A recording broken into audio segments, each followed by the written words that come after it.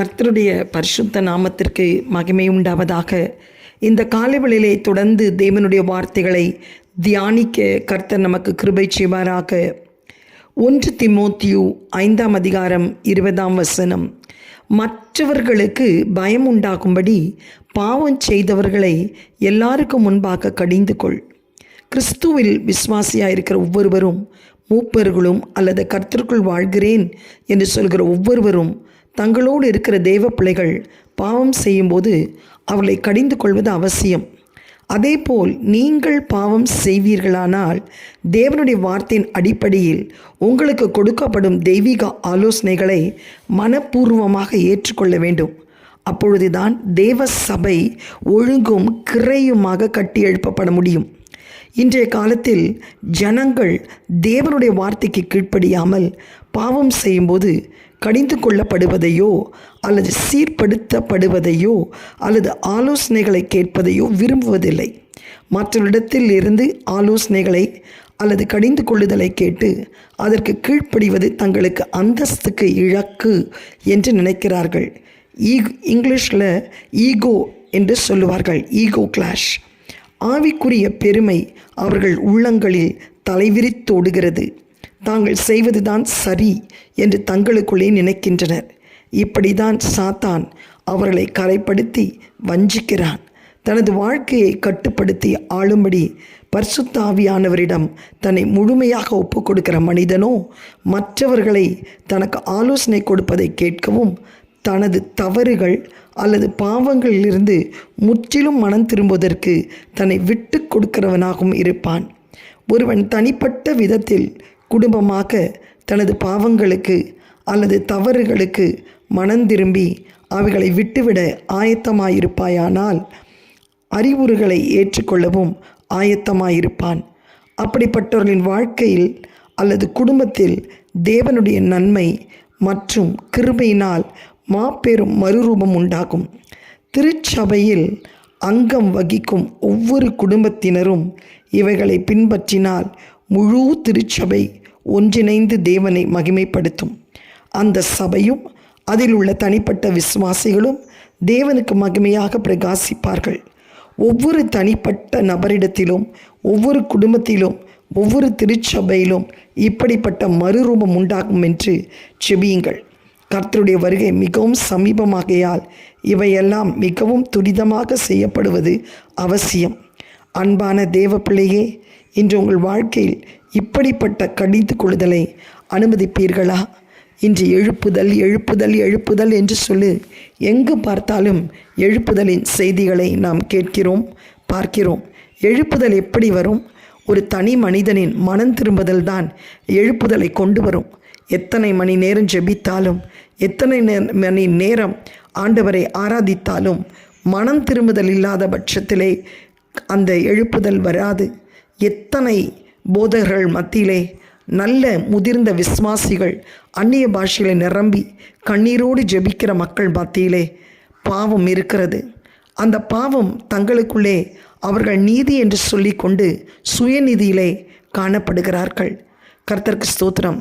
அவர்கள் கடிந்து கொள்ளப்படும் போது அந்த ஆலோசனையை ஏற்றுக்கொள்ள வேண்டும். அந்த பாவத்திலிருந்து விடுதலை பெற வேண்டும். இன்னைக்கு ஆண்டவர் சபையிலே குவான்டிட்டியை எதிர்பார்க்கவில்லை, குவாலிட்டி ஆஃப் த பிலீவர்ஸை தான் எதிர்பார்க்கிறார். கிறிஸ்து இயேசுவின் திவ்ய சுபாவத்திற்கு பங்குள்ளவர்களாய் இருக்கிறவர்களை தான் பரலோக ராஜ்யம் அங்கீகரிக்கும். கர்த்தருக்கு ஸ்தோத்திரம். இன்றைக்கு மற்றவர்கள் பாவம் செய்யும்போது அந்த பாவத்தை நீ அறிவாயானால் அந்த பாவத்தை நீ கடிந்து கொள்ள வேண்டும். அது உன் மகனாக இருக்கலாம், உன் கணவனாக இருக்கலாம், உன் மனைவியாக இருக்கலாம், ஏன் உன் பெற்றோர்களாக இருக்கலாம், ஏன் உன் டியர் ஃப்ரெண்டாக இருக்கலாம். கர்த்தருக்கு ஸ்தோத்திரம். அந்த பாவத்தை எடுத்துரைத்து நீ சொல்லத்தான் வேண்டும். துணிகரமாய் ஆலயத்திலே அப்படிப்பட்ட பாவங்கள், தன்னுடைய ஆவிக்குரிய வாழ்க்கையிலே அப்படிப்பட்ட பாவங்களை செய்யும்போது ஆண்டவர் அதை எப்படி அங்கீகரிக்க முடியும் என்று யோசித்து பாருங்கள். துணிகரமாய் பந்தியிலே அமருவது, இதையெல்லாம் எவ்வளோ பெரிய துரோகம், பாவம். அப்படியாக நீயும் பாவம் செய்யும்போது மற்றவர்கள் உனக்கு ஆலோசனை கொடுக்கும்போது அதை நீ அசட்டை செய்யாதே. உன் இருதயத்தை ஏற்றுக்கொள்வதற்கு கடினப்படுத்தாதே. அன்றைக்கு தாவீது நாத்தான் தன்னிடத்திலே வந்து சொன்ன தன்னுடைய பாவத்தை அவன் அறிக்கை செய்தான். இதோ நான் ஆண்டவருக்கு விரோதமாய் துரோகம் செய்தேன் என்று சொல்லி தன்னை முற்றிலும் தாழ்த்தினான். தேவன் ஒரு சின்ன தண்டனை அவன் வாழ்க்கையில் அனுமதித்தார். ஆனாலும் மனப்பூர்வமாய் அவன் பாவத்தை அவர் மன்னித்து அதே பத்சேபாள் மூலமாய் ஒரு அழகான சாலமோனை பெற்றெடுக்க கர்த்தர் கிருபை செய்தார். கர்த்தருக்கு ஸ்தோத்திரம். இன்றைக்கு இது நமக்கு ஒரு நல்ல எதிர்காட்டல்லவா? சமாரியா ஸ்திரீயிடத்திலே ஆண்டவர் அவளுடைய பாவத்தை கடிந்து கொள்ளும்போது அவள் மனப்பூர்வமாய் அதை ஏற்றுக்கொண்டு அவள் ரட்சிக்கப்பட்டு அவள் மூலமாய் சமாரியாவிலே எழுப்புதல் வந்தது. அந்த சமாரியாவிலே எழுப்புதல் வருவதற்கு காரணம் என்ன? அவள் தன் பாவத்தை அவள் அறிக்கையிட்டு அதை விட்டுவிட்டு தேவனிடத்தில் இரக்கம் பெற்றது நிமித்தம், அவள் பரிசுத்தமாய் தேவனுடைய வார்த்தையை பிரசங்கித்தது நிமித்தம் ஒரு எழுப்புதல் உண்டாயிற்று. இன்றைக்கு எழுப்புதல் எழுப்புதல் எழுப்புதல் என்று சொல்லுவதை காட்டிலும் தேவனிடத்திலே மனம் திரும்புதல் இருக்கிறதா என்று சொல்லி நாம் பார்க்கிறோம். கர்த்தருக்கு ஸ்தோத்திரம். மனம் திரும்புங்கள், அப்பொழுதுதான் பிழைப்பீர்கள். சாகருடைய சாவை கர்த்தர் விரும்பவில்லை. இஸ்ரவேல் வம்சத்தாரே, நீ ஏன் சாக்க வேண்டும் என்று கர்த்தர் கேட்கிறார். கண்களை மூடி ஜெபிக்கலாமா? எங்களை அதிகமாய் நேசிக்கிற நல்ல தகப்பனே, அப்போஸ்தலனாகிய பவுல் தீமோத்தேயுவுக்கு சொல்வது போல், இதோ உனக்கு எதிராய் பாவம் செய்கிறவர்கள் உண்டானால் எல்லாருக்கும் முன்பாக அவர்களை கடிந்து கொள், அப்பொழுதுதான் சபையிலே பக்தி விருத்தி உண்டாக்கும் என்று சொல்லப்படுகிறது. அப்பா ஆண்டவர் இதை கடிந்து கொள்ளும்போது எவ்வளவு குழப்பங்கள், சபையை விட்டு கடந்து போகிறார்கள். ஆண்டவரே, அந்த பாவத்தை ஆண்டவரை அறிக்கையிடாமல் விட்டுவிடாமல் நான் ஆண்டவருக்கு உண்மையாக இருக்கிறேன் என்பது ஆண்டவருக்கு தெரியும் என்று சொல்லி எவ்வளவு ஆண்டவரே அவர்கள் துணிகரமாய் பேசுகிறதை நாங்கள் பார்க்கிறோமே சுவாமி.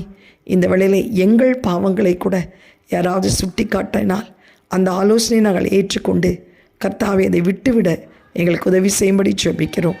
தேவ கிருபை எங்களை பொழுதும் ஆளுகை செய்யட்டும். ஆண்டவரை பாவத்தை மறைக்காதபடி அதை அறிக்கையிட்டு விட்டுவிட்டு தேவனிடத்தில் இரக்கம் பெற எங்கள் மூலமாய் ஒரு எழுப்புதல் தேசத்திலே கடந்து வர, பிறருடைய பாவத்திற்கும் நாங்கள் உடந்தையாக இராதபடிக்கு ராஜா அந்த பாவங்களை கடிந்து கொள்ள அந்த இருதயத்தை எங்களுக்கு தாரும்.